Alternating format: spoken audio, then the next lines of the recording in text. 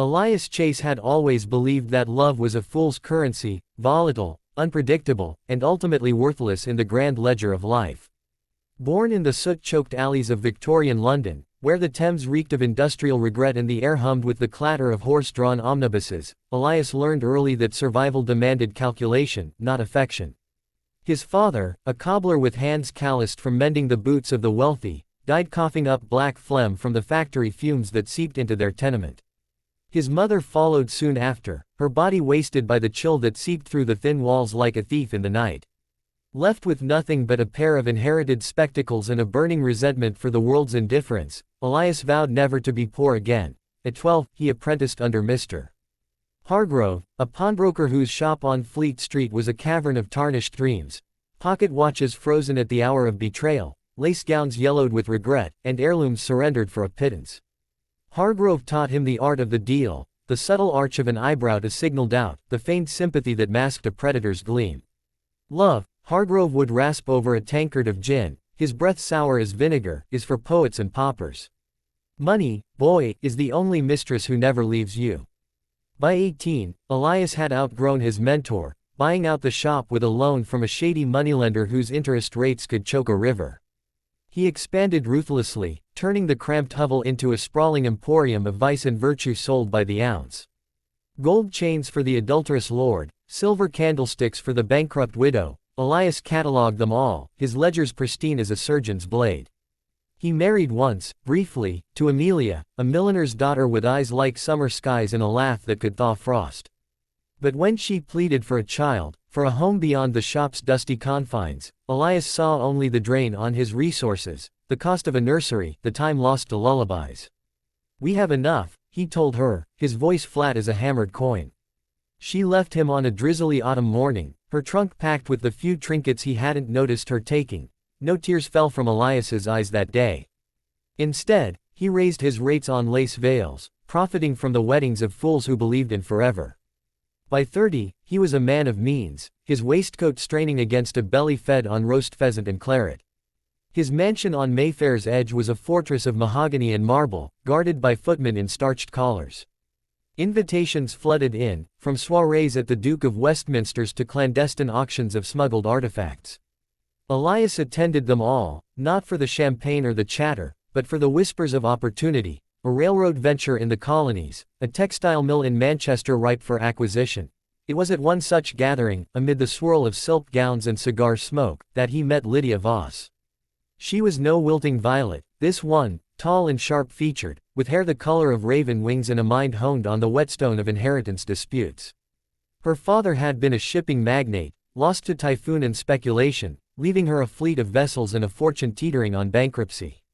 Lydia sought investors, not suitors, and Elias saw in her the perfect merger, her ships for his capital, a union sealed not by vows but by contracts.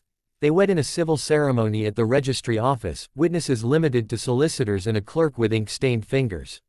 No flowers, no vows of devotion, merely a toast to mutual prosperity. Lydia moved into the mansion, her quarters on the east wing, his on the west, connected by a hallway lined with portraits of long-dead merchants whose eyes followed like accusing ghosts. Their evenings were spent poring over manifests, tea from Ceylon, opium from the East Indies, cotton bales stained with the sweat of invisible hands. Conversation flowed like quicksilver, rates of exchange, tariffs, the latest scandal in Parliament that could swing a stock. Laughter was rare, but satisfaction. That came in the form of swelling accounts, ledgers blooming like ink-black roses, years blurred into a tapestry of transactions.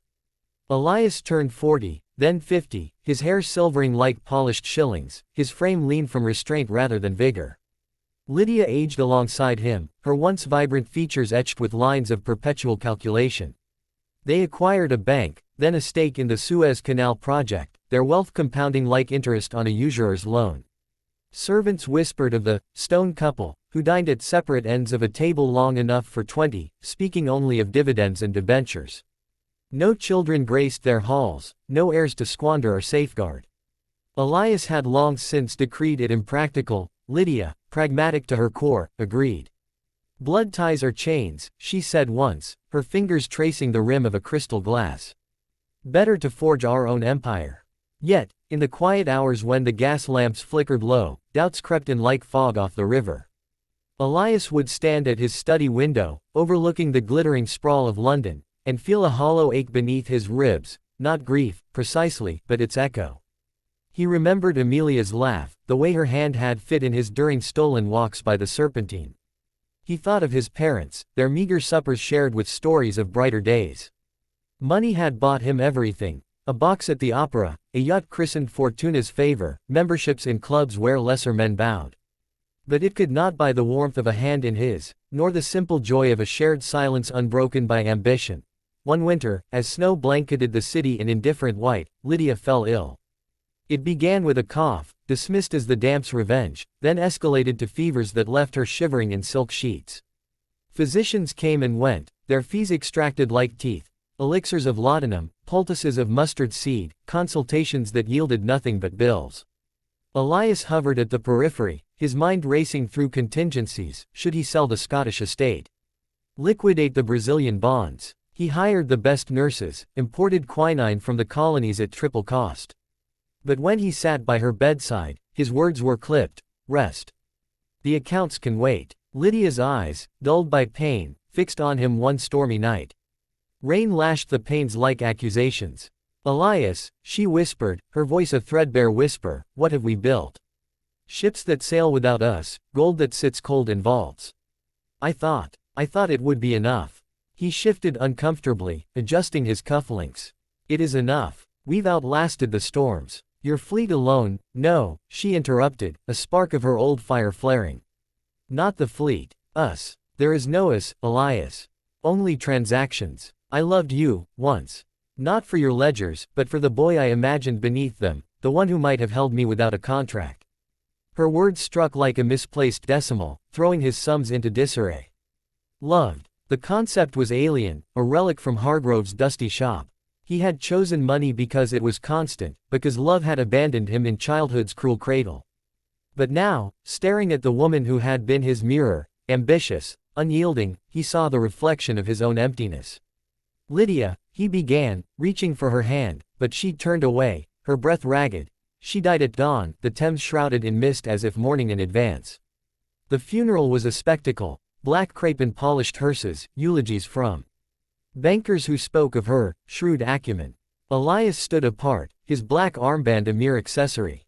In the weeks that followed, he threw himself into work with feral intensity, acquiring a rival's warehouses, cornering the market on indigo dye. Grief. He called it focus. But sleep evaded him, haunted by Lydia's final gaze, and the mansion echoed with the ghosts of what might have been. One evening, as twilight bled into the streets, Elias wandered into the old pawnbroker's shop on Fleet Street, Hargrove's legacy, now a curiosity amid the glittering chains of commerce. The air was thick with the scent of aged leather and regret. Behind the counter sat an old woman, her eyes milky with cataracts, sorting through a tray of tarnished rings. Something for sentiment? She asked, mistaking his silence for longing. He shook his head. No, nothing for that. As he turned to leave, his boot caught on a loose floorboard, revealing a hidden compartment. Inside lay a locket, small and silver, engraved with intertwined initials, EC and AM. Amelia's. He had pawned it himself, years ago, when her absence had felt like liberation. Now, it mocked him, a circle unbroken, holding a faded miniature of her smile. Elias bought it back for a sovereign, more than its weight in gold. That night, alone in the vast dining hall, he opened it, tracing the curve of her painted lips. Tears came then, hot and unbidden, salting the polished oak. Money had armored him against the world, but it had also entombed him, alive yet lifeless. Lydia was right. Empires of coin crumbled without the mortar of the heart. In the years that remained, few, as age exacted its toll, Elias divested. He sold the bank, gifted the yacht to assail his home, endowed scholarships for orphans in the moldering tenements of his youth. No grand philanthropy, no marble plaques, just quiet restitution. He sought Amelia once, finding her in a cottage by the sea, gray-haired and content with a life of modest joys, a garden, grandchildren's laughter. She forgave him, not with open arms, but with a nod that said absolution was his to claim. When Elias died, it was in that same cottage, borrowed for his final days, with the sea's rhythm as his lullaby. His fortune, scattered like seed, took root in lives he had never known. The ledgers closed not in black ink, but in the faint, flickering light of what he had almost forgotten, that love, fragile as it was, outvalued every hoard.